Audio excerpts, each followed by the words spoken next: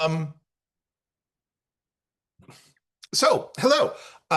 So I want to talk a little bit about who I am and how I got here first, and then give a very, very brief overview of the history of USSA, leaving a bunch of time for questions, but then also letting you know that any of you can reach out to me at any time. I'm going to talk a little bit about my dissertation in a minute. That is available online. You can read it. It's 500 plus pages on the history of NSA, USSA's predecessor up until 1977. But as some of you know, I've met a bunch of you already, um, and talked with a fair number of you one-on-one. I am happy to be whatever resource I can be for any of you. So if there are questions we don't get to, if there are things that you would like to ask in the future, please don't hesitate to reach out to me. So having said that, uh, I got involved in USSA as an undergrad. I had been involved in my student government and then my statewide in SUNY SASU, which was at the time the largest of the statewide student associations in the United States, um, and became involved with USSA through that. And one of the things that happened very early on was I saw that in the annual Congress materials that they gave out, there was a short essay, history of NSA and USSA. And I was really interested in that, and I was a history major, and so I did a little bit of poking around, just really simple stuff like reading magazine articles that I could find in the library from the 1950s and 60s, and got into a process of revising that because a lot of the stuff in it was wrong and a lot of stuff was missing. It hadn't been updated in a long time. Um, that is the first version of my version of it was the first version of the history, which is now up on the USSA website. So I did that. I worked on that over the course of my time in USSA. I got elected USSA secretary for 2 years. So served on the national board, never in the national office. Went as an undergrad to, I think, 4 or 5 congresses, and then 4. Uh, and then a couple of years after I graduated, I moved on to grad school, intending to write about the civil rights movement, in particular, one guy who had been killed, murdered in the civil rights movement that nobody else had ever written about in detail before. So I got to grad school and told my department chair like a year in, this is what I wanted to do for my dissertation. And he said, biographies make bad dissertations. Do you have anything else? And I said, well, I was involved in the student organization, and it was, I wrote a bit about that as an undergrad. And I told him it was, USSA now used to be NSA. And he knew USSA because NSA had been very famous. He was like, nobody's ever written on NSA? And I said, no. And he was like, you need to do that. And that's how I became a historian of American student activism, from that conversation. Um, so I spent a bunch of time in Madison, Wisconsin, in the archives, researching, and eventually wrote my dissertation, which was about NSA from 1946 until 1977, and a bit on the student movement before then. And then became involved more, as I had already, as an alumni advisor to USSA. I went back to congresses and helped chair plenaries and, excuse me, um, had, was an advisor to new officers as they came in, including Tiffany. Um, and then have been asked to help out as y'all are getting things started again. So that is my path. And so really USSA is a huge part of why I have the life that I have now. It is the why I am the kind of historian that I am. The student movement is why I am a historian at all. It's why I'm a professor. It's why I teach at CUNY. All of the stuff where I met my ex-wife, and so it's why my 2 kids exist. We met in SUNY Binghamton student government. So all of my life has been shaped by the student movement and by USSA. And so I'm really, really happy to be here today and really, really happy to have a chance to give you back, to help you out, because I think what you're doing right now is incredibly important and an incredibly big deal.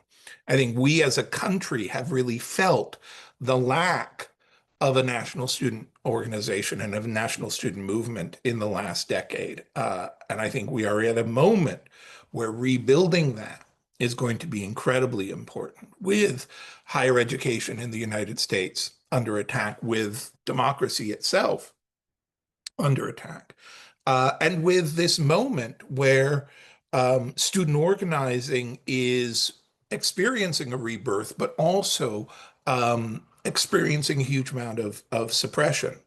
Organizing students nationally is a very, very big part of how we build movements that can be powerful and sustaining and sustained.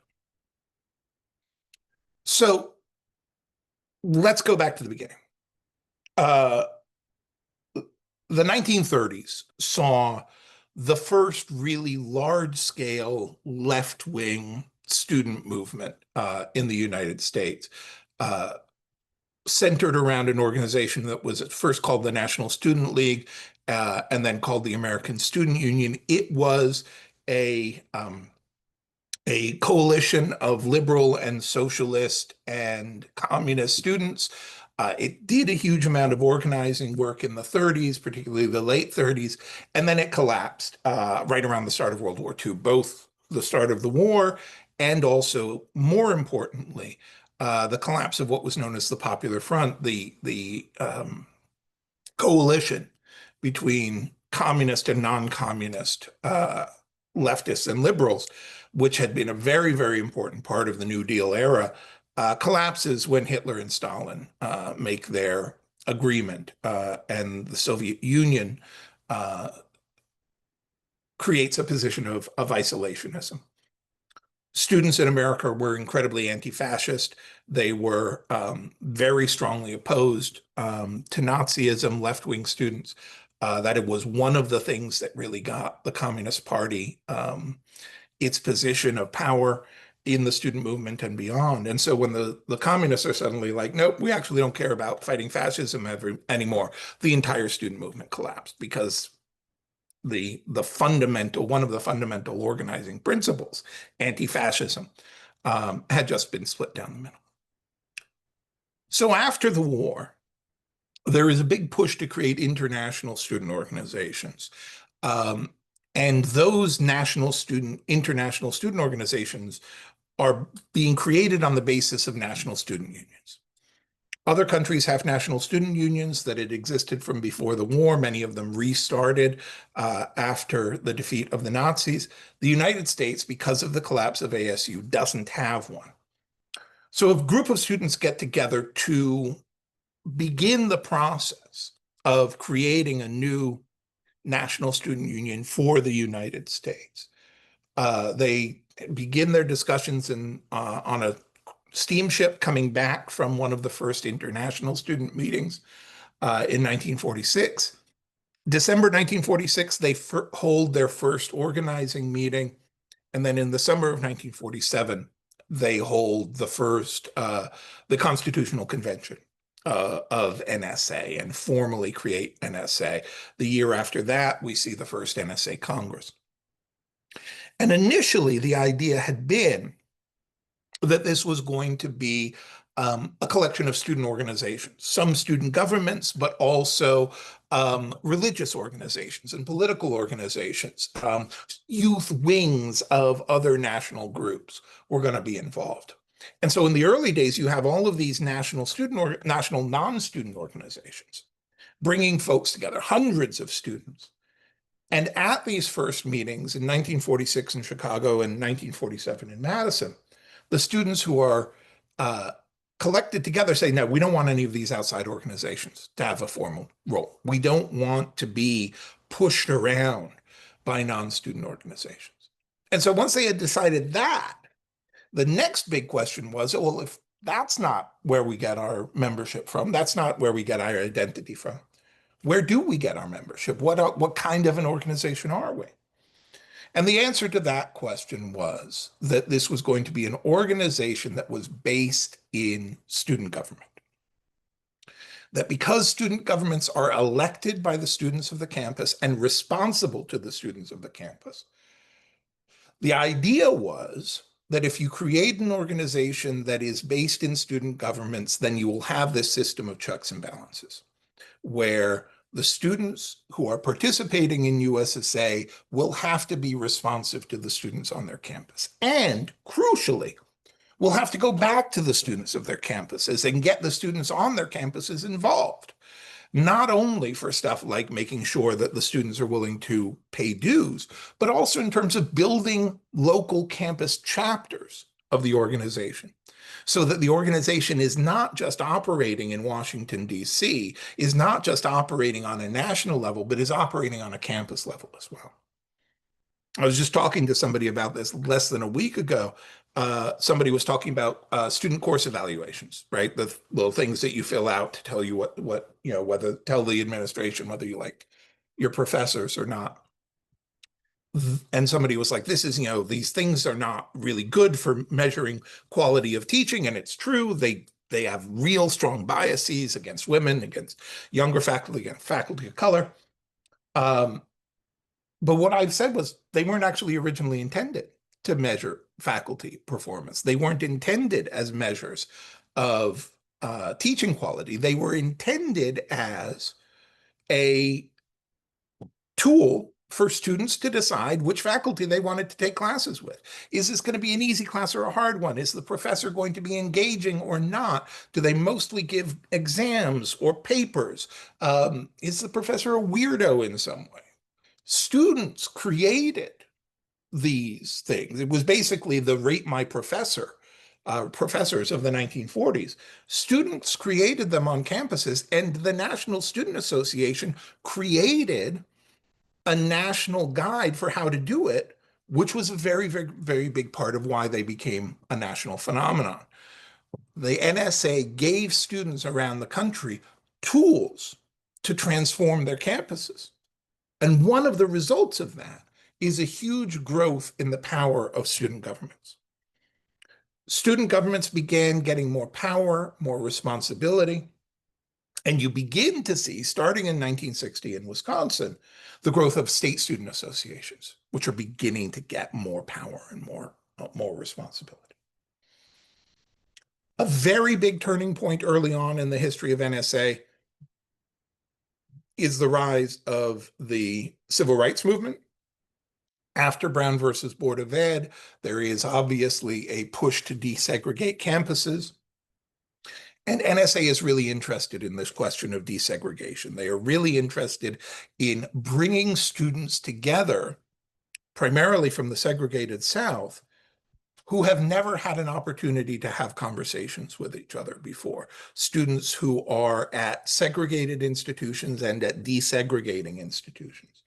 So they create this thing called the Southern Student Human Relations Project in the mid-1950s, which is designed to select a couple of dozen students every summer, bring them from the South into the North to a college campus, and then do a bunch of teaching and a bunch of exercises, a bunch of studying and role play and socializing. A mix of Black and white students, giving them an opportunity to both get comfortable with each other, learn from each other, develop a better understanding of organizing principles and how to be an activist, and then take what they've learned back to their campuses to become student leaders in the desegregation movement. This is a very big deal in the late 1950s and very controversial. NSA is banned from multiple states in the South because it is anti-segregation.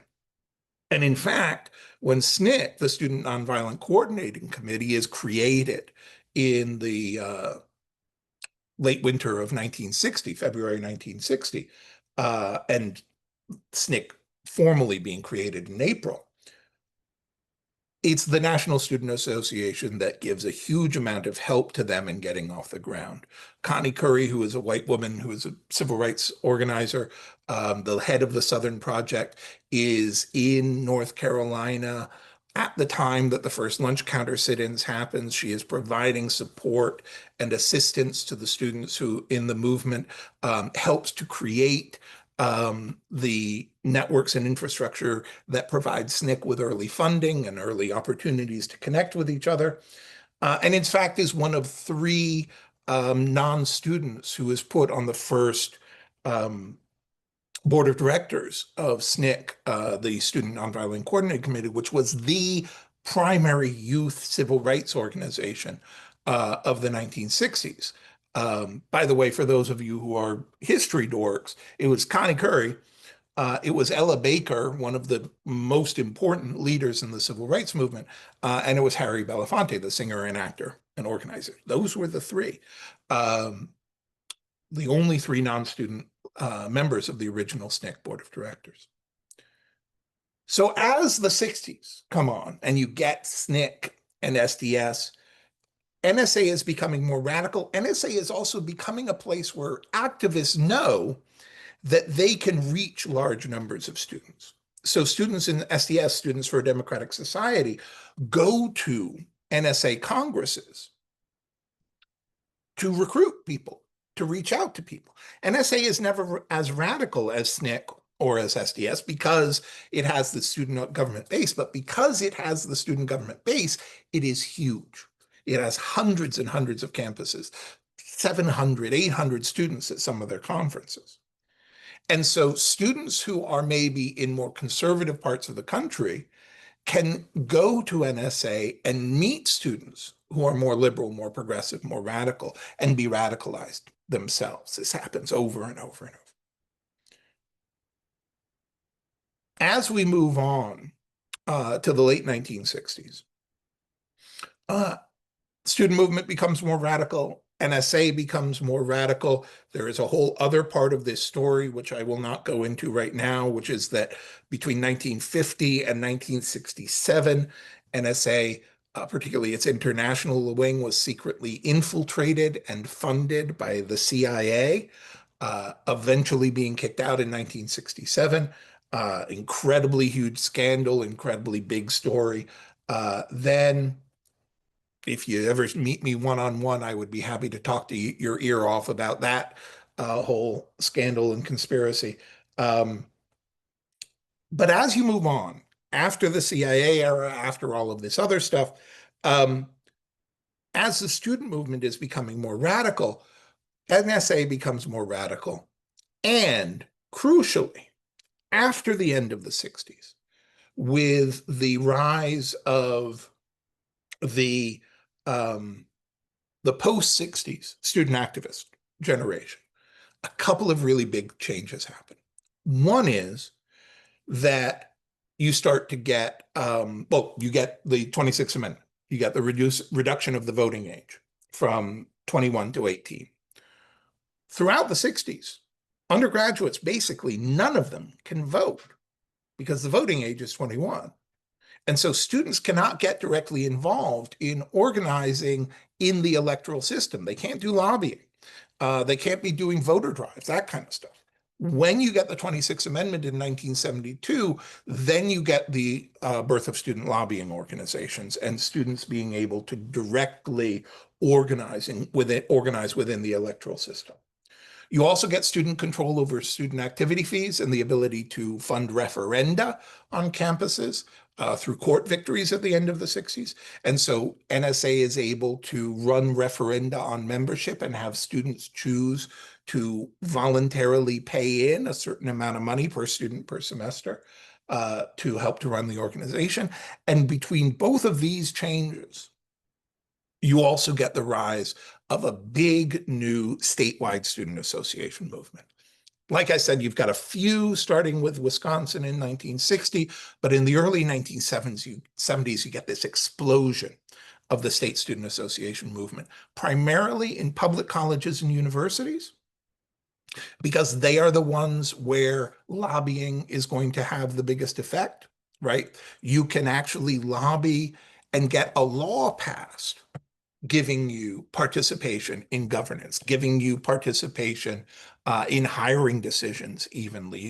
You can get a law passed uh, mandating that every campus gets an elected student seat on the board of trustees for that campus.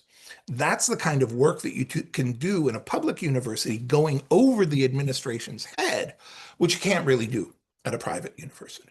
So as the 60s push into the 70s, NSA becomes less focused on private universities, more focused on public, less focused on just sort of broad organizing, more focused on lobbying, and is building a new kind of a grassroots student movement, which is about tuition and fees. It is about student control of governance. It is about building up student governments themselves.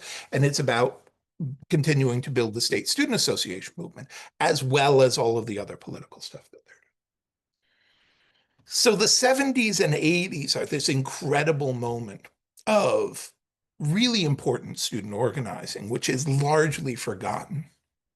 And I come in at the end of that process.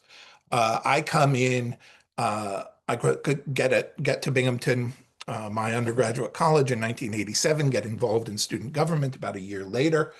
And at that time at Binghamton, which was more powerful than a lot of student governments, but not completely ridiculous, we controlled the fraternities and sororities. The student government did. We chartered the fraternities and sororities. We controlled the athletics budget. We were a Division III college, and the athletics department had to come to us to get their funding.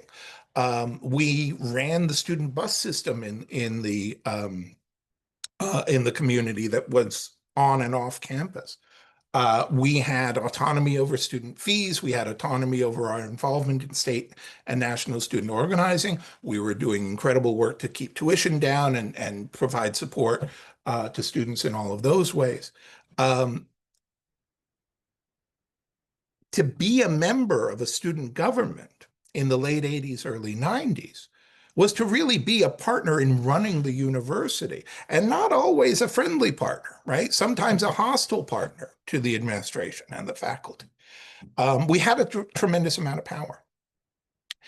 And the backlash against that power has been building for the last, 30 years at this point.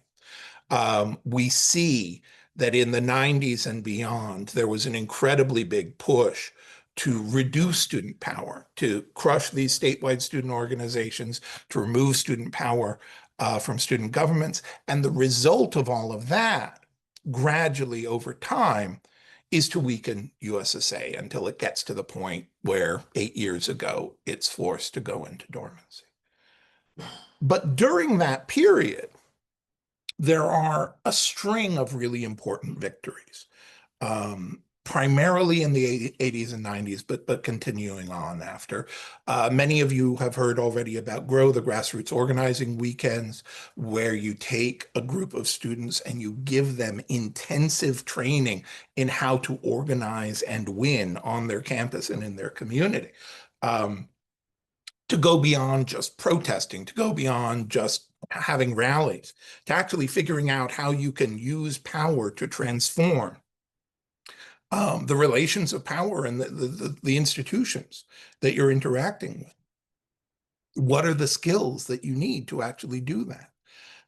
This was also the era in which USSA's legislative director was a full-time lobbyist and organizer in Washington, D.C., getting word back to the campuses and building national student lobbying organizations, but also working directly with the United States Congress. And for instance, writing important parts of original drafts of major higher education laws, dealing with everything from higher education funding to sexual harassment and campus sexual violence. USSA is a policymaking body at this period. It is an organizing body. It is a lobbying body. It is a body that is building student power, and it is a body that is making policy. And it is through all of that a really important part of the foundation of student organizing in the United States. Most national student organizations have a period of something like 3 to 6 to 8 years. They rise, they have this moment of incredible power, and not long after the first or the second generation of leadership disappears, they collapse. Right? We see this with the American Student Union and the National Student League in the 1930s. We see it with SNCC and SDS. We see it with the anti-sweatshop movement. We see it with a long list of other movements around the country and around the world. NSA, founded in 1946-47, is able to continue until 2017. And is able to now have the beginning of its resurgence. And I think one of the questions for you all to be thinking about as you are figuring out what USSA is going to be in this new era is, how do you, if you want to, make the new USSA the second exception to the rule? Now, it's possible that what you will want to do is build a really powerful student movement that flames really bright and has a big impact, and that is something that I can help you figure out how to do if that's what you want to do. But building real power, transforming the society in a structural way, I believe, involves building something that's going to be around for a while. And so the decisions that you are going to be making starting today and moving forward are decisions that I believe are going to have a really profound impact on the future history of the student movement of the United States and the United States as a whole. All right, so that's about as much time as I intended to take. Obviously, I could talk for hours about any component of this, but I do want to give you all some time to ask questions. Again, my email address is angus@feco.com. I'm very, very easy to find. Tiffany can give you my phone number or whatever. Please do reach out to me if you're interested, but in the meantime, I'm happy to answer any questions you may have.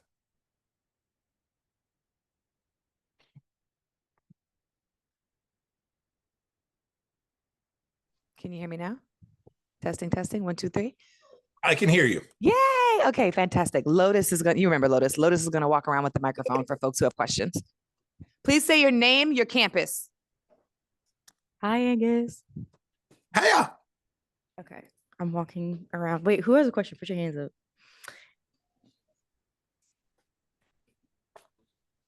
Oh, wait, who over here? Kai. Guys, I did volunteer to do this, but Lotus is partially blind, y'all. We appreciate it. Hi, I'm Kai White. I'm from Portland Community College. So I wanted to ask, you talked earlier about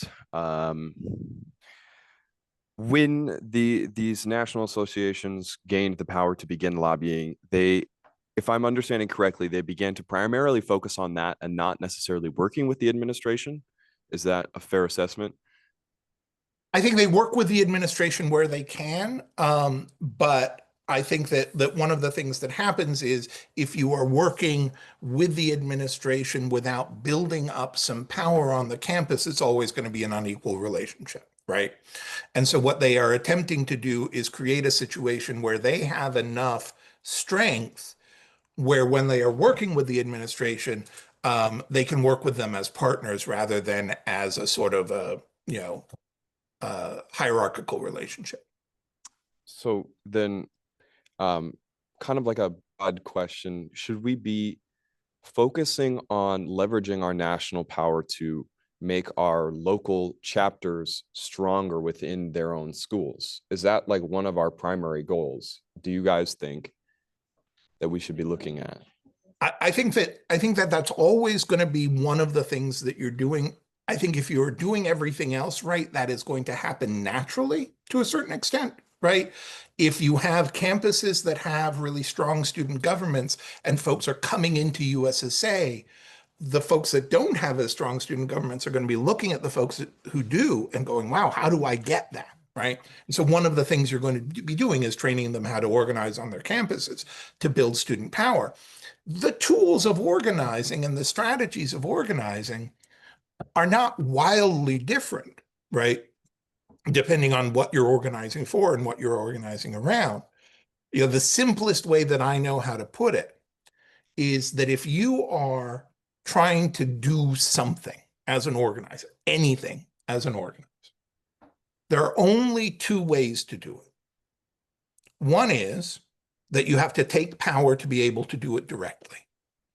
And the other is you have to figure out who has the power to do what you want to have happen and convince them that it is in their interest to do what you want them to do. Not convince them necessarily that you're right, not convince them that you're smart, not convince them to like you, but convince them that what they should be doing is what you want them to do. And there's a bunch of different ways to do that. And some of them are really aggressive, and some of them are about, you know, persuasion, and a lot of them are sort of in between. But once you figure out how to organize, you can organize around tuition, you can organize around free speech, you can organize around anti-violence, you can organize around admissions policy, and you can organize around strengthening your student government. And the movement that you build will be able to do all of those things on the state, local, and national level. Okay, then last question. So throughout all of the organizations that you've looked at, do you see instances where they pick too many fronts to fight on and they splinter? Should we be focusing on a few core ideas, or should we try to rope in as many people as possible? I think that the way that you bring in lots of people is not by having a position on hundreds of issues, and you might wind up doing that. The way that you bring in lots of people is finding the people who are going to be excited by working with you on something that where you're going to actually achieve results, and then achieving results, right? You are not trying to convince the average college student. The height of the student movement in the late 1960s, only about 10 or 15% of American college students in 1969-70 participated in a rally or a protest. Student organizing is something that most people are not directly involved in. You don't want to alienate the majority, but you don't need to mobilize the majority. What you need to do is find stuff that is important, that people care about, that people want to win, and figure out how to begin building victories. And that is going to be how you're going to build the organization. Question? I'll come back to you because if there's folks that are non-e-board, question. Okay. Yeah.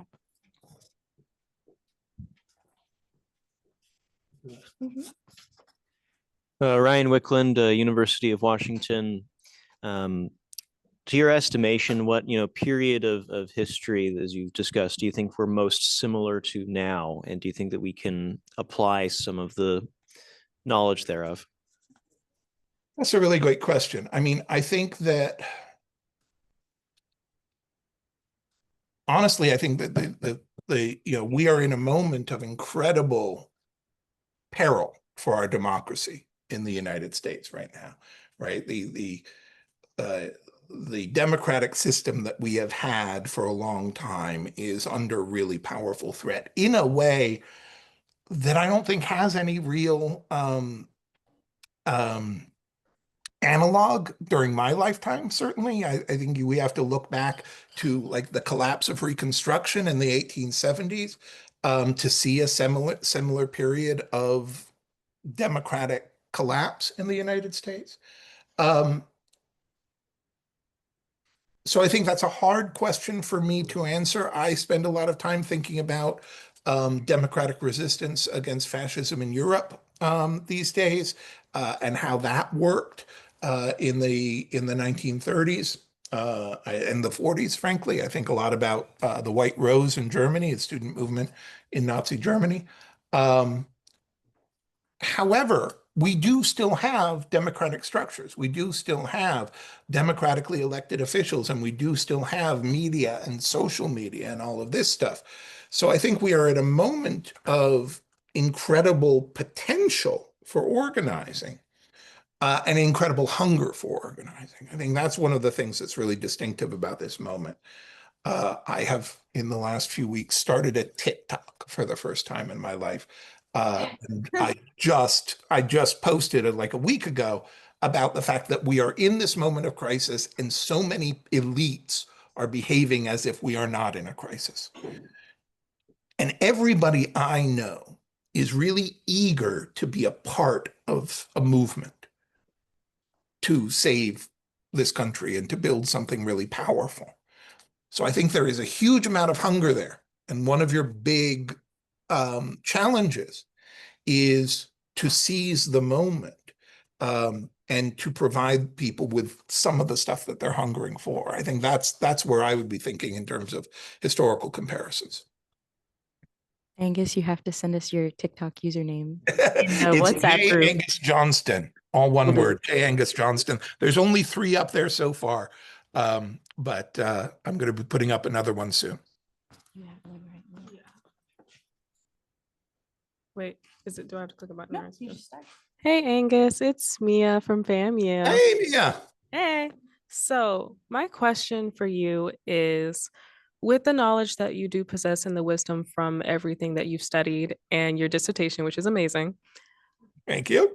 what is one disadvantage and one advantage that you see from the history you've seen and now that we may face as student organizers and leaders getting ready to, I think you going back to deconstruction is what threw me. Like, if that's the closest comparison, I guess like this is the time frame. Like, what's one advantage and one disadvantage you see that we have going into even like this year and planning what we can for student organizing? I think a huge advantage that you have is the ability to get people's attention, right? We've been talking a lot in this country about how a lot of Democrats are, not seeming to do stuff that is grabbing people's attention. I think there's a lot of pieces of reasons for that, but one reason is they don't really understand virality, right? You look at Mamdani in New York City, and his politics aside, he knows how to grab people's attention, right? My third TikTok got, I don't know, 4,000 views and 200 plus followers with one 3-minute TikTok of an old guy with a beard walking through Central Park. And I think part of that was I began by saying, we're in a crisis, right? And acknowledging that crisis in the first 2 seconds and then proceeding from there. I think that whatever it is that you decide you all are going to be passionate about, expressing your passion is going to get a lot of attention. Folks are really hungry to have your backs, right? There's a lot of people who really, really want to help you out. And finding the folks off campus who really want to help you, finding the folks on campus who want to be a part of what it is you're doing, I think if you can crack that nut, you're going to grow really, really quick. I'll talk about disadvantages some other time. I want to answer as many questions as I can. Questions, yeah, questions. You get priority, Buki. Closer. Yeah. My question was around creating the movement for the long run and this saying of you have to have something for people to be gathering around and for. You had mentioned a few things as ideas of what we could have as like something to revolve people around. And I was curious if you could expand on that. Yeah, so I think the first thing to say there is, I'm sorry, tell me the first half of your sentence again, because I got involved in the second half, and I knew there was something in the first half that I wanted to say. Making a movement for the long run. Oh, right. So making a movement for the long run, I think a big piece of that is figuring out how to not concentrate on getting into fights with people who are not people in positions of power. I think building a support from the people who support you without spending all of your time and energy getting into, back and forth with people who have no power over you is a really important part of that. Building, oops. Are we still there? Yep. Okay, it just disappeared from me for some reason. All right, there we are. Building a sense of community, a sense of connection, building a sense that that being in the movement is fun and interesting and rewarding. It's got to be more fun to be in the movement than not. And sometimes fun is going to be weird because we're in this incredibly weird moment. But you talk to people who were in the civil rights movement and they look back on it and they say, this was the moment that I felt most alive. This is the moment that I felt most connected to other people. This is the moment that I felt like my life had meaning, right? This is the experience that people have. And that is an experience that NSA and USSA has given to people in the past. A feeling of community, of family, of commitment, as well as that feeling of that you're actually making real change. Building a sense that you have each other's backs, that you are creating a space, which is a space which is nurturing and healing and enriching to people, is a very, very important part of that process. We have one last question, two more questions for you. Okay, I'll try to be quick. Hey, Angus, this is Albert from Arizona State. Hey, Albert. Great to see you again. I wanted to ask you to maybe put some of that era in the 70s you talked about where, a lot of state student associations were emerging. And how did that tie into, other things like the 16th Amendment, which lowered the voting age to 18? For example, ASA came about in 1974 as well during the same period. And then I would say the third biggest, I guess, the other big thing going on was the Vietnam War. So how do you wrap all of that into a context where and how do you compare that to right now as well? Because I think there are some parallels, but how would you describe those contexts, I guess? I think one thing that we can look at as a parallel is that students in the 1960s really did not have a lot of rights and a lot of power on the campus, right? Student free speech rights were really limited. Student rights to organize were really limited. It was possible to get, expelled from college for doing organizing work. And we're in a similar moment, right now, where people are being facing the threat of being kicked out of college for their organizing work and even kicked out of the country for their organizing work. So that is real powerful stuff, which is, can be organized against in a very practical, dramatic way. And I think that, again, once you start to build a movement, then you have people connecting with each other. Then you have a bit of public awareness of what it is that you're doing. And that enables you to bring in more people. You need to be building a mass movement, right? The purpose of this is not for you all to be having a positive experience this weekend. The point of it is for you to be building something where you are going to be reaching the tens of thousands, hundreds of thousands, millions of students who are going to be so excited to learn about what you're doing and to become a part of it. We have one last question from Wyatt. She already introduced me. Hi, Angus. I'm from Northern Arizona University. Good to see you again, too. I'm kind of echo what Kai asked a little bit earlier.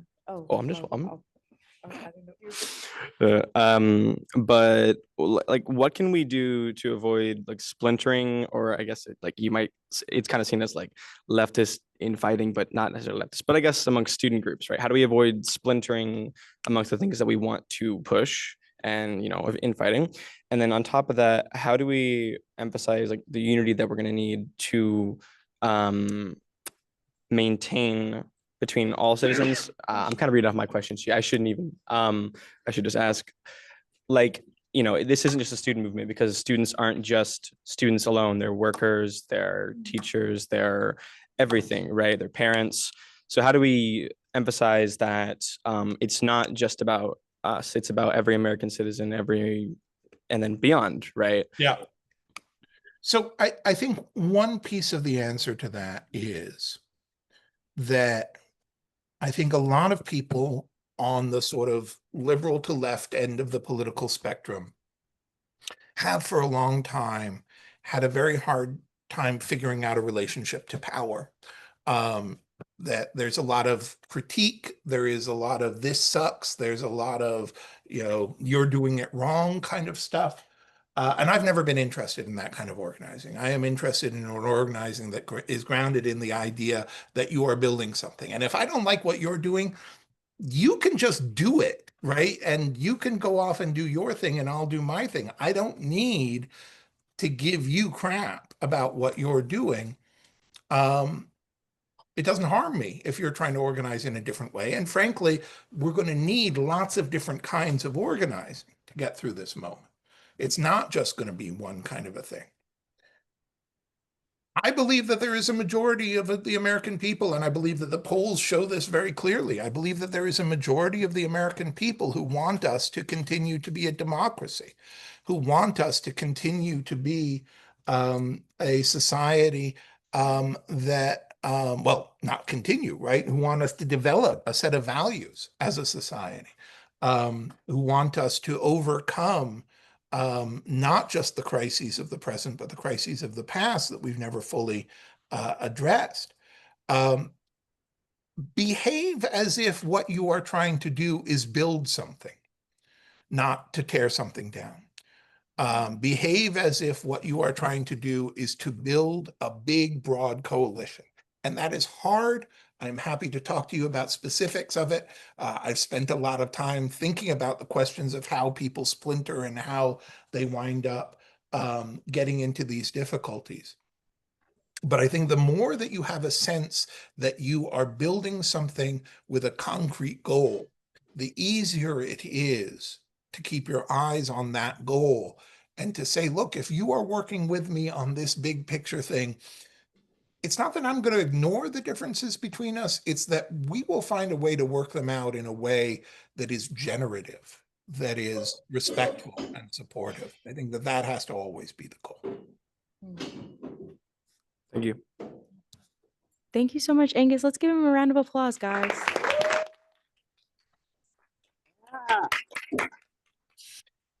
Again, thank you all so much for having me. I am happy to talk to you, in any venue, and I look forward to seeing you all in person sometime soon. Take care, everybody. And you said I can give everybody your cell phone number, right?